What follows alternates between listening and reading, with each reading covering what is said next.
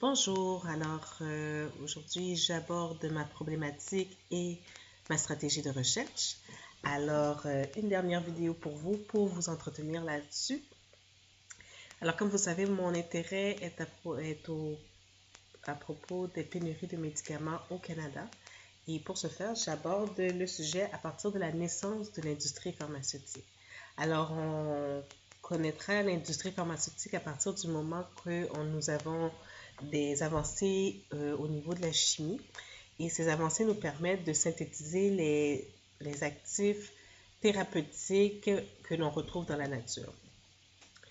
À partir du moment qu'on est capable de synthétiser, ça nous permet de produire en quantité industrielle et donc on pourra appeler cela l'industrie pharmaceutique où plusieurs entreprises ont commencé à faire de la fabrication de masse, à identifier leurs produits avec leur logo et donc s'approprier une certaine part de marché par rapport aux produits qu'ils produisaient. Ensuite, on nous parle aussi, Sironi nous parle aussi, je reprends, Sironi écrit sur la naissance de l'industrie pharmaceutique, alors de son évolution de l'Antiquité jusqu'à nos temps modernes.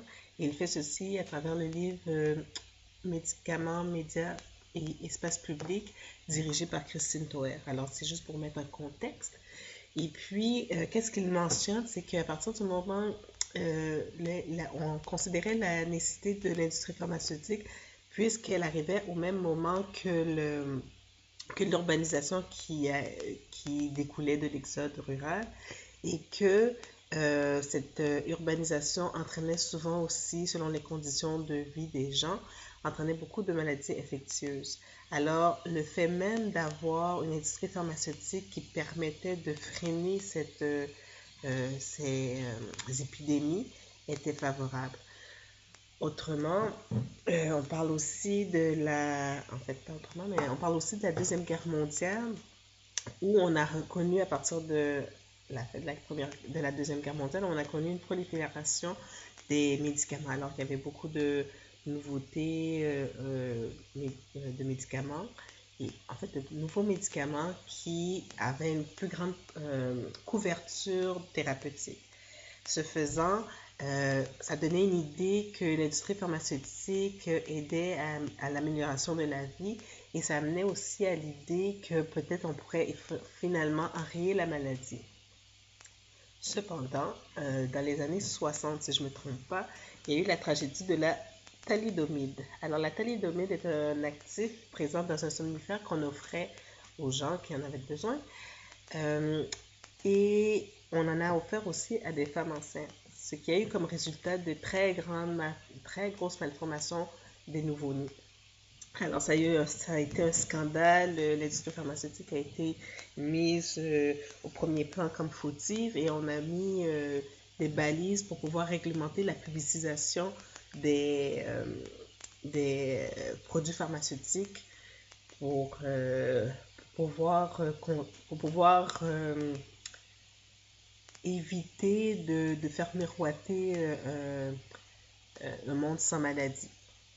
Et à partir de ce moment-là, on a considéré aussi l'impact possible des produits pharmaceutiques dans ce sens que, oui, effectivement, utilisé à bonne dose pour le bon patient, on pourrait avoir un meilleur état de santé, on pourrait avoir une meilleure qualité de vie, tandis que si on l'utilise à mauvais escient ou dans des paramètres que nous ne connaissons pas, elles peuvent être mortelles ou avoir de graves conséquences physiques et psychologiques, on pourrait dire aussi, sur l'être humain. Ensuite, dans le même livre dirigé par Christine Toer, alors c'est le médicament, médias et espace public, on parle de fragmentation du discours sanitaire. C'est Naon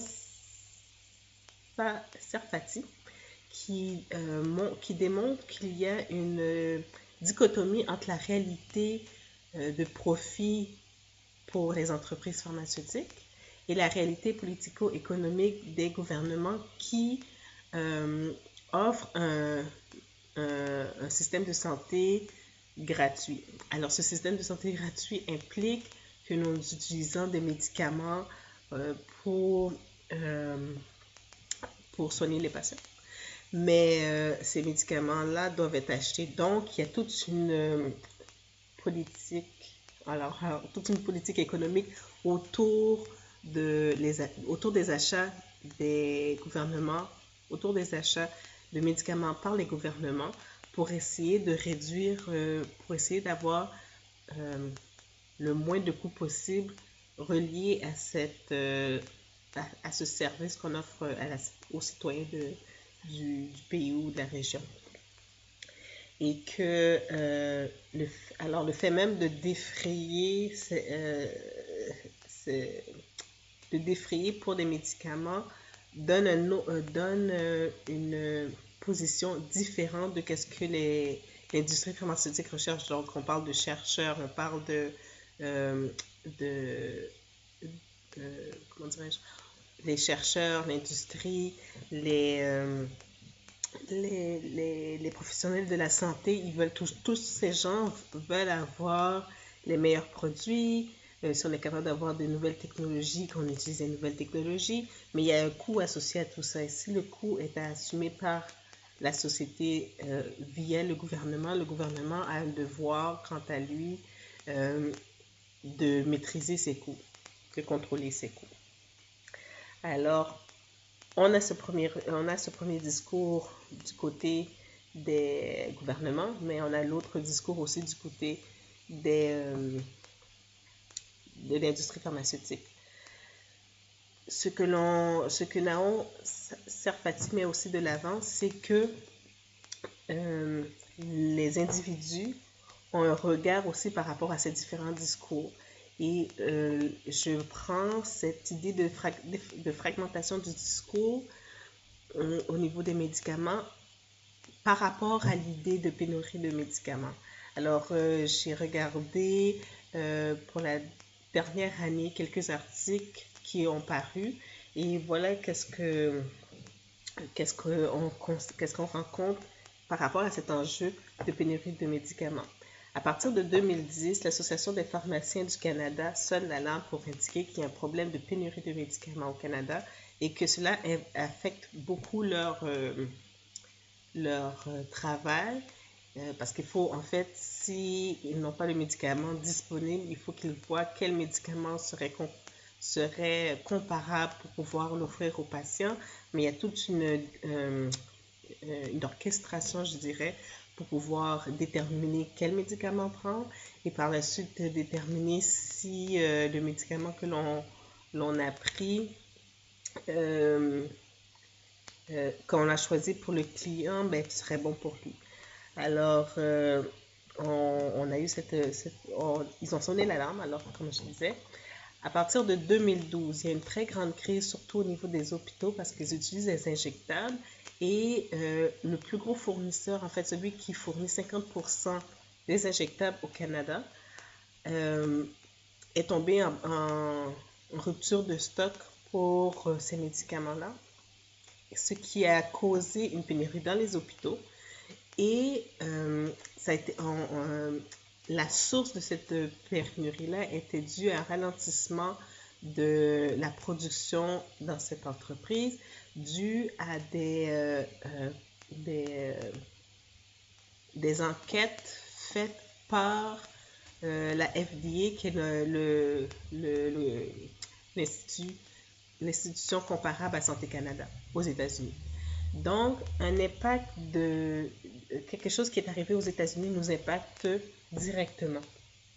Ce qui nous amène à l'idée de la complexité, où je cite le réseau Intelligence de la complexité qui dit que ce concept est l'imprévisibilité potentielle, non calculable a priori, des comportements de ce système, liés en particulier à la récursivité qui affecte le fonctionnement de ses composants.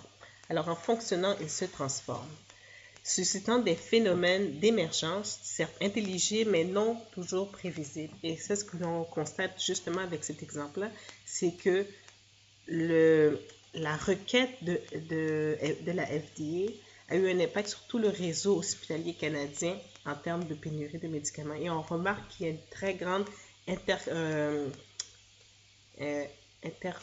interconnectivité entre les éléments de ce système de santé.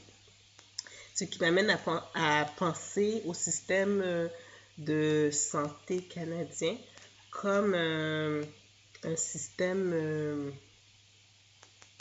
je recommence, excusez-moi. Le système de l'industrie pharmaceutique est en fait un sous-système de notre système de santé. Et c'est dans cet angle-là que j'aimerais approcher l'idée de pénurie de médicaments.